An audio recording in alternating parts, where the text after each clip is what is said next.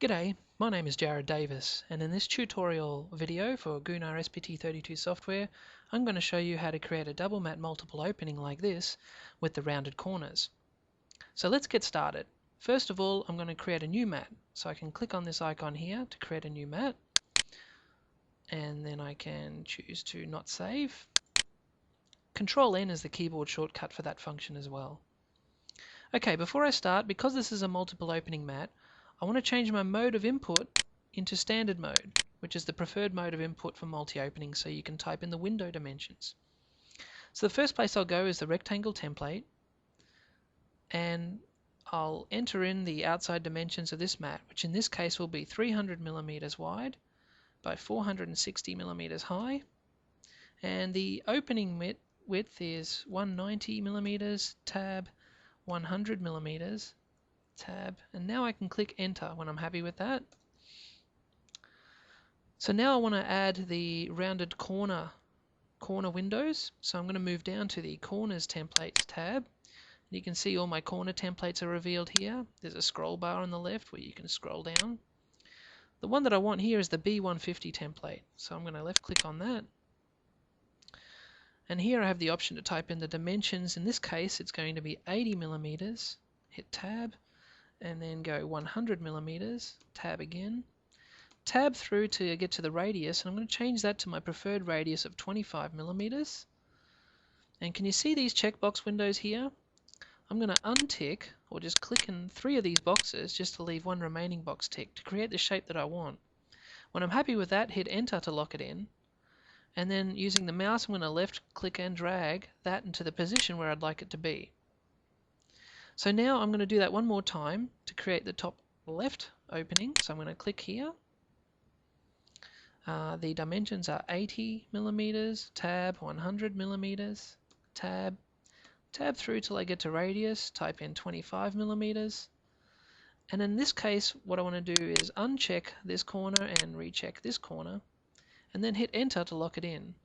And once again with my mouse I can go click and drag and drop that into that corner.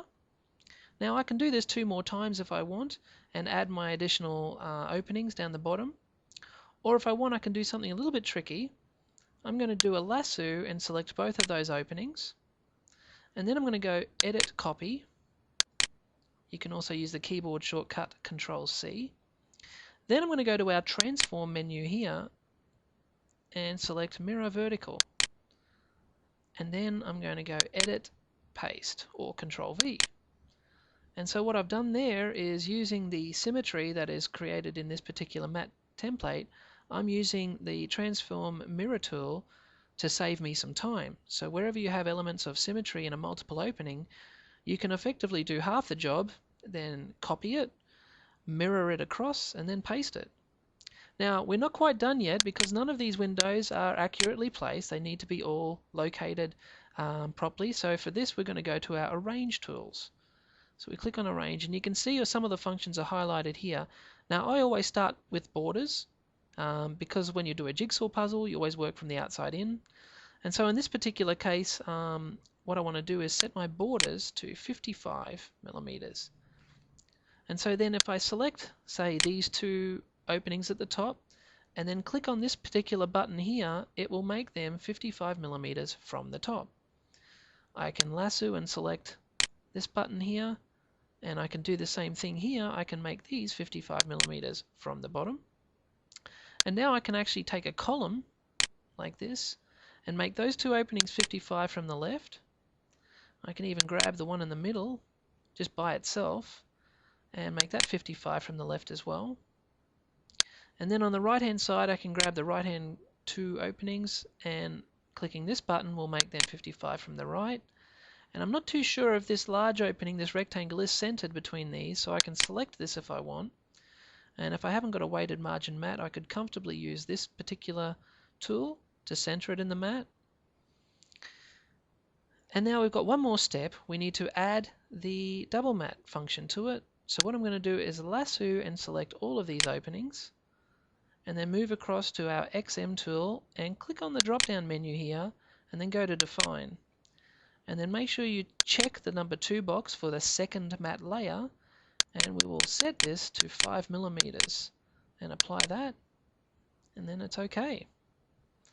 And so there you have it. There's our double matte multi-window. The last step that we do, and it's always the last step, is applying the outside cut. And to do that, what we can do is create a lasso to select everything, or you can type in Control A on the keyboard. And then you can go down to your OC button here and click that, and that will apply your outside cut around all of those openings, and that is now ready to cut.